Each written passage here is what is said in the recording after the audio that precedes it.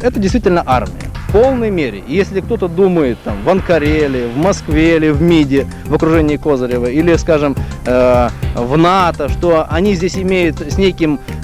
партизанским формированием, они жестоко ошибаются. Здесь стоит армия, и эта армия понимает свои национальные цели, понимает свои военно-стратегические задачи, и было бы смешно думать, что она не будет эти задачи решать. 4,000-ամյա քաղաքակրթություն ունեցող մեր ժողովրդի կյանքում ազգային զինված ուժերը միշտ էլ ունեցել են կենտրոնական եւ վճռորոշ դերակատարում։ Մեր ազգային ռազմարվեստի գաղափարաբարոյական արժե համակարգը, որի անբաժան մասն է կազմում դեռևս 4-ից 5-րդ դարերի հայ զինվորականության պատվո վարքականոնը, իր արտացոլումը գտավ նաեւ համաշխարհային զինական պատմության նոր շրջանում։ Հայոց արգանդը ծնեց Բաղրամյաններ, Բաբաջանյաններ, Մոնթեներ եւ Իվանյաններ ու տակավին փաստեց, որ ռազմի աստծո աչը հովանի է նաեւ մեր ազգի վրա։